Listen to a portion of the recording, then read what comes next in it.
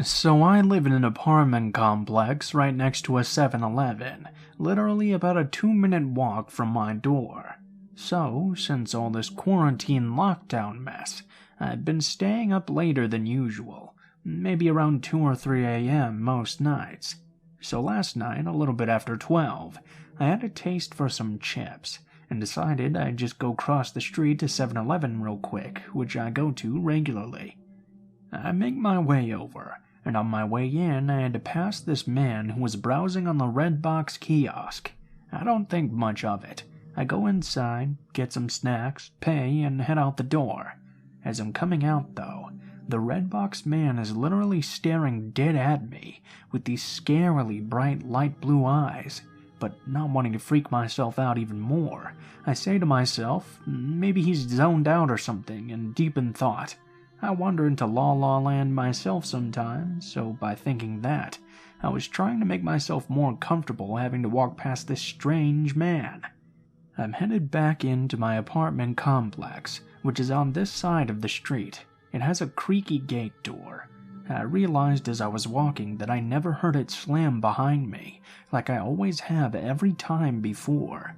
I look back, and the man is standing right behind me, not close up on me, but still definitely following.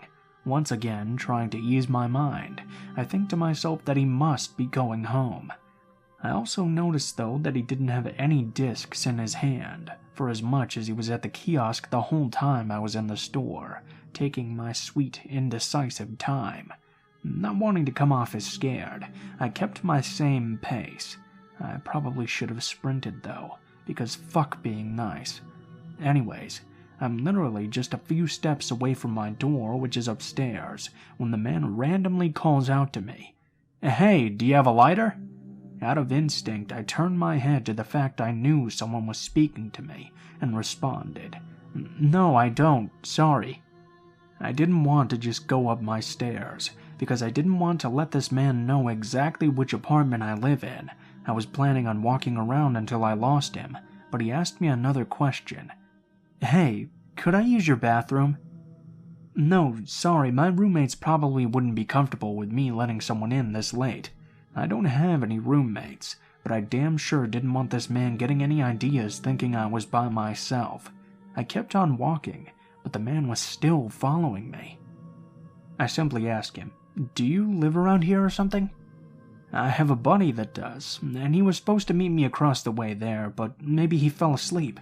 I've never been here before, but I do know his door is number 201. Could you help me find it? 201 is my door. If you have a friend that lives over here, why are you asking to use my bathroom?" I knew this man was lying, and up to something. I quickly came up with, 201? That should be right past the pool next to the laundry area. My friends are waiting for me, so I should get going.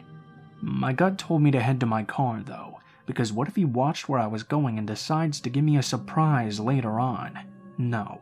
I watch too many movies and read too many stories uploaded on here.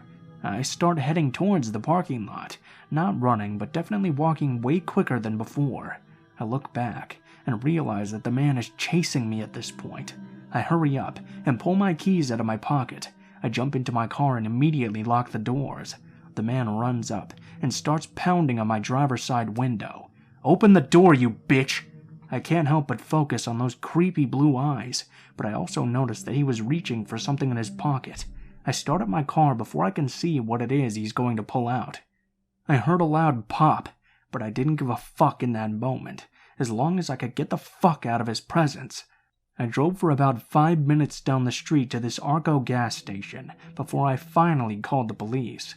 Waiting on the police to arrive, I noticed what the popping sound was. This wacko had popped my back tire with a switchblade.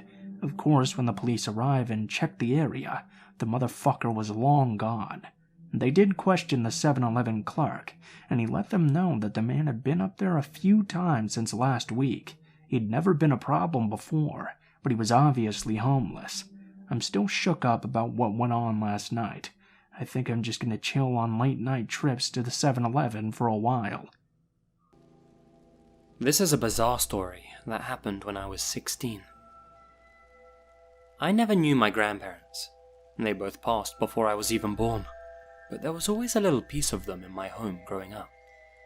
My mother, their daughter, kept a couple of souvenirs that belonged to them in our living room. They were two ornamental bears made of china, one brown, one white. Other than their different colors, they were identical. I never liked the things myself. There was something uncanny about them. Their eyes always seemed a little too real for me. Not like bear eyes at all. Too much white in them. Too much humanness, if that makes sense. But that was neither here nor there. There were of course other things in our home that reminded my mother of her parents, but those two bears always stood out to me, as they were always displayed proudly on the window ledge. Apparently, my grandparents were really great people. My whole family agree that I would have adored them. One night, I remember having a really vivid dream about those two bears. So vivid, in fact, that it still burned into my mind all these years later. In the dream, I'm laying on an operating table in a hospital ER, completely alone and confused. There's no sound whatsoever, just total silence. Even my own movements are inaudible. In the dream, I managed to stand up and go for the door. I clutched the handle, but something stops me. I turn back to look at the table I just got up from. It's red, and there are tools scattered all over the floor around it. And something else. On the now stained red table are two familiar objects. The brown and white bears, their pale, human-like eyes staring into what felt like my very soul. It was horrible, like one of those dreams where you can feel the pain and terror. I felt a burning in my chest that wouldn't go away, the true definition of a nightmare. Inexplicably, one of the bears moves to the edge of the table and falls, breaking into 1,000 pieces without a sound. That's where the dream ended. I woke up a few days later in the hospital. I hadn't been dreaming in my bed at home at all. I'd actually been in an operating theatre. The setting for the dream itself had been real. The surgeons only barely managed to save me, and apparently they lost me for a minute before bringing me back to life. Apparently I'd been in a car wreck.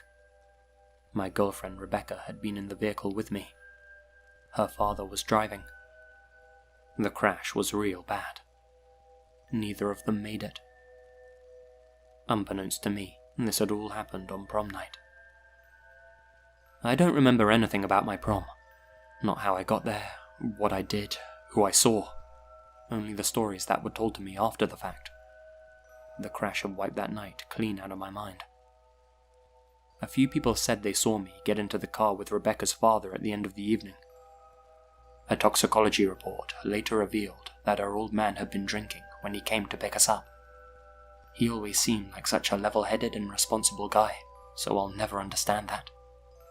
While driving me back to my place, he swerved over into the wrong lane and hit another vehicle head-on. Luckily, the driver in that car was okay, though he too came close to losing his life. Thankfully, there were some amazing surgeons on call that night. The strangest part of this story, however, came after I was well enough to go home. I got myself discharged, and my mother drove me back to our house. I, of course, was a little nervous about getting back into a car after hearing what had happened, but I managed to set those fears aside. We go inside, and I make my way into the living room. There's only one of the ornamental bears on the window ledge, the brown one. The white one's nowhere to be seen. I asked my mum why she had moved it. "Oh," she told me, "it's the strangest thing. The white one just fell from the ledge and shattered. No idea how." Obviously, she had had no reason to tell me about this while I was in hospital. Her mind was on other matters, like my recovery, and I hadn't told her about the dream I had had while in the operating theatre. She went on to tell me that it smashed the night I went to prom. I put two and two together and finally confided in her about my dream. This all happened 10 years ago. I've mostly gotten over the trauma, though I still get the occasional flashback and feelings of survivor's guilt. I can't help but feel I was somehow being protected that night by two relatives I'd never even had the pleasure of meeting. My grandparents. Even now, my mother and I sometimes catch ourselves looking at that lonely, brown ornamental bear on the living room window ledge, and, half-jokingly, say that I've still got one spare life left if I ever need to use it.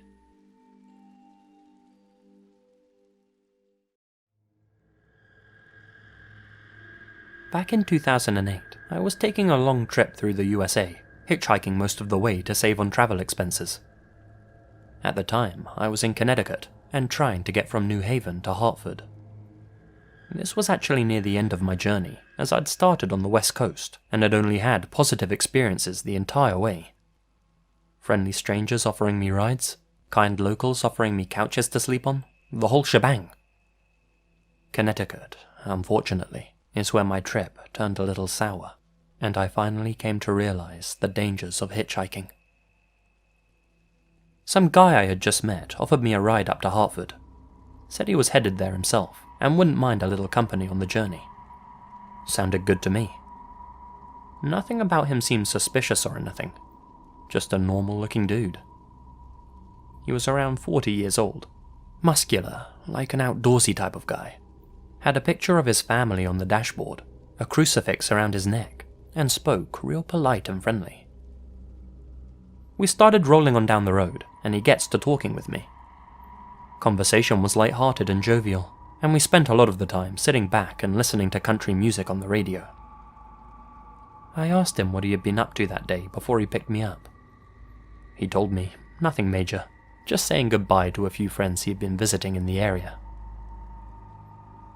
Somewhere between New Haven and Meriden, this guy's demeanor suddenly changed. His face went from smiley to serious. The whole atmosphere in the vehicle became darker. I tried talking to him, but he stopped answering me. After about 10 minutes of the silent treatment, he finally spoke. "You know," he said, "when you asked me what I'd been up to all day, I told you I was saying goodbye to friends." Yeah, I replied, not really sure what he was getting at. "I ain't got no friends in New Haven."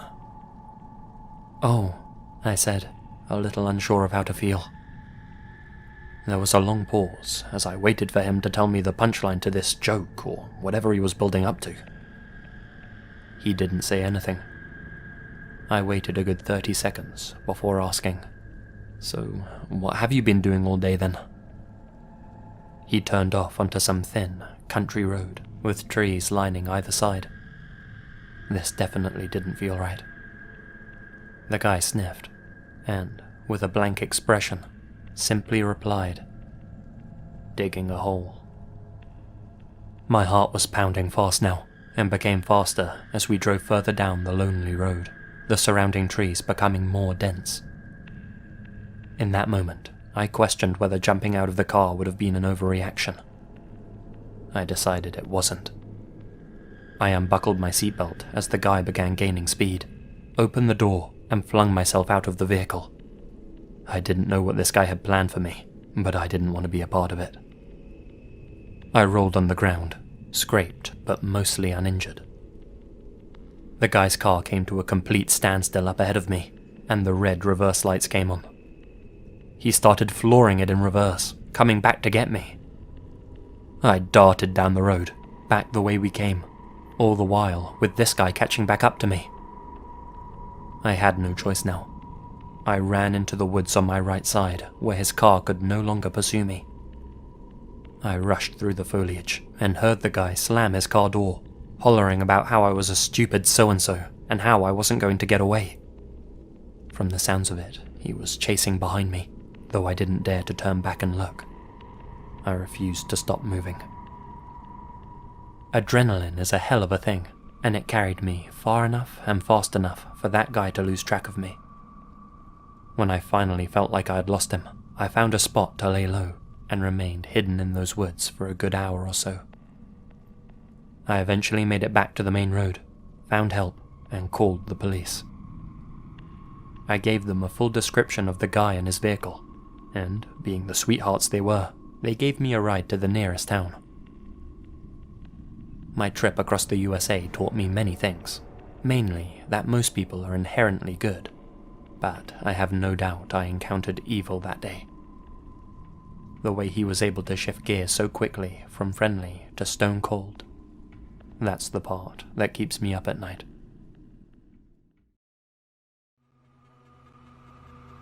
There are a lot of crazy stories from Florida, but I think my experience has to be considered one of the weirdest.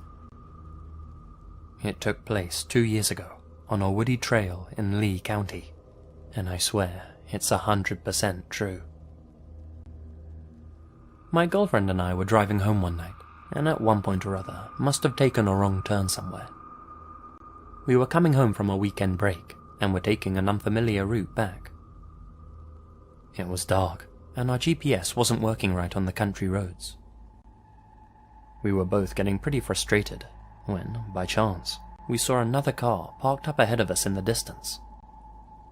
All the doors of the vehicle opened, and 4 figures stepped out. Perfect, we thought. Maybe they can help us. I rolled down the driver's side window and slowly drove up to where they were. I called out to them, asking for directions. We must have only been about 20 feet away from them, and noticed that they were all standing with their backs to us. They were frozen still, completely motionless. "Hey, are you guys okay?" I asked. No response. I drove up right next to their car, and again, I asked, "Well, are you okay?" In total unison, they all turned their heads to look at me. And when I say their heads, I mean only their heads. Some of them twisted their heads so much they were on backwards. The rest of their bodies remained perfectly still. But the worst part was their faces. When I saw them, I swear I felt like I was going to faint. They were pale white and completely featureless. The one closest to our car started shaking its head, no.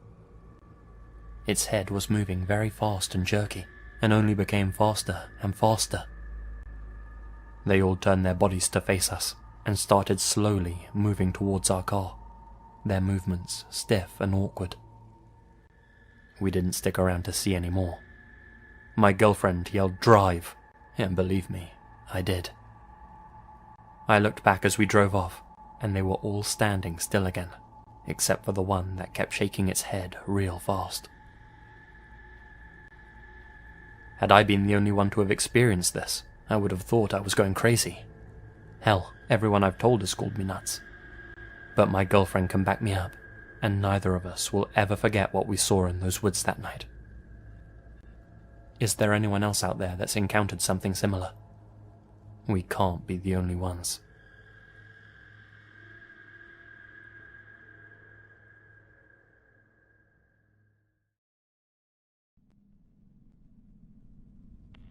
Recently, a buddy of mine was clearing out some old house that had been abandoned for years. While inside the attic, he came across a USB, which really stood out to him. Everything else in the house was old and decrepit, but the USB was obviously modern, not from the same time as all the other stuff in there. Like somebody, other than the previous homeowners, had come in and left it there. HammerMan, or one word, was written on it. Nothing else seemed out of place or unordinary. For whatever reason, he decided to pocket the thing and take it home with him. After he looked at what was on the flash drive, he called me up and invited me around to his place. Said he had something I had to see. Now, together, we sat looking at his computer screen as he opened up the USB drive. There was just one large file stored on it. A video. "I need your opinion about what to do, man. I can hardly believe what's on this thing," my friend said to me. I could tell from his tone and expression that although he wanted to show me what was on it, he was also nervous and uncomfortable. "Go ahead, click on it," I said. He obliged. I'll describe what I saw now, but believe me, it's not for the faint of heart. Almost made me lose my damn faith in humanity. The video looked to have been filmed on a phone camera. It was actually several videos, all taken at different times and edited together, like a compilation or highlights reel. It started with a man in the back of a truck. He wore a mask to cover his face. In his hand was a hammer. He's laughing with the guy who's holding the camera, but they were speaking in a language I couldn't understand. It sounded like Russian, but I can't be sure. The vehicle they're traveling in comes to a screeching halt. The masked man quickly opens up the truck's sliding door and jumps out. The cameraman follows closely behind him. Walking alone down some lonely country road was a man, maybe in his early 30s, I'd say. He looked shocked and confused as the masked man ran up to him. Before he even realized what was about to happen, the guy with the hammer lifts it up and slams it down on the guy's head. It was as graphic as you can imagine. The unsuspecting guy drops to the ground and starts twitching. There's a big dent in his head, captured by the cameraman. And the masked man and the camera holder quickly jump back inside their truck, which starts driving off immediately. They laugh along with the driver. The video quickly cuts to another scene of the masked man, again jumping out the back of a truck. This time, there was a middle-aged woman walking along some woody country path. The masked man runs up to her at full speed. She has time to scream, but nothing more. Before she can even raise her arm to protect herself, she's hit in the head by the hammer. Movement. The men, again, run back to their vehicle and drive off, laughing and joking. There were 7 more clips like that. In each of them, the masked man lunged from the van at some single person who had no idea what was in store for them. He hits them all in the head, and they all drop to the ground, pools of red spurting out of them. The sound of all the thumps from the hammer were enough to make you want to puke. To think that these people just woke up one morning and figured it was just going to be an ordinary day, only for this to happen to them out of the blue, makes you realize how unpredictable life can be when there's maniacs like this out there. Anyway, I don't know exactly what this video was, when it was made, or where it came from, but it seemed to me like a group of madmen who just drove around lonely country roads, looking for innocent people to strike with a hammer. No rhyme or reason to it. I have no idea how it came to be in that abandoned house, nor do I know the fate of all the people in the video. From what I saw, I wouldn't say any of them survived. My friend agreed to call the authorities and give them the USB. As far as I know, nothing's come of it yet. Hope they catch the guy and his accomplices who filmed it and drove him around.